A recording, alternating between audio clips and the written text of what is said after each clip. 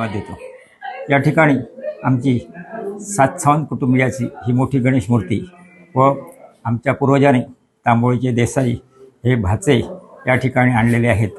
कारण काय तर आमचं वारस गोत्र मोठं असल्यामुळे आम्हाला काही सोयरसूतक झालं तर त्या काळामध्ये त्यांनी काम पाहायचं म्हणून अतिशय चाणक्य अशा बुद्धीने आमच्या पूर्वजांनी या भाच्यांना आणून या ठिकाणी स्थानापन्न केलेलं आहे आणि त्यांचा हा दुसरा गणपती छोटा गणपती आहे तो त्यांचा आहे। ही परंपरा जवळजवळ 300 वर्षापासून चालू आहे। आमच्या आजोबांची एक पिढी, वडिलांची एक पिढी आणि सध्या आमची असलेली एक पिढी आणि त्याच्यापूर्वी किती पिढ्या चालू आहेत ते आम्हाला माहिती नाही। तर हा जो 7 सावंत कुटुंबीचा गणपती आहे तो या ठिकाणी आमची जवळजवळ 40 बिराडं आहेत आणि या 40 बिराडांचा हा एक गणपती या ठिकाणी अतिशय गुण्यागोविंदाने आमचे सर्व कुटुंब एकत्र येतात आणि हा सण अतिशय उत्साहाने साजरा करतात। वैशिष्ट्य म्हणजे आमच्या 7 सावंत कुटुंबियामध्ये जे वास्तू आहे ती सर्वांची वास्तू एकच आहे।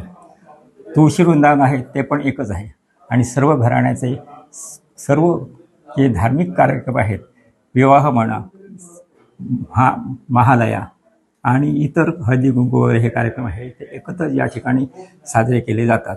कोणाच्याही घरी कोणतेही धार्मिक कार्यक्रम होत नाहीत, असं हे आमच्या घराण्याचं वैशिष्ट्य आहे।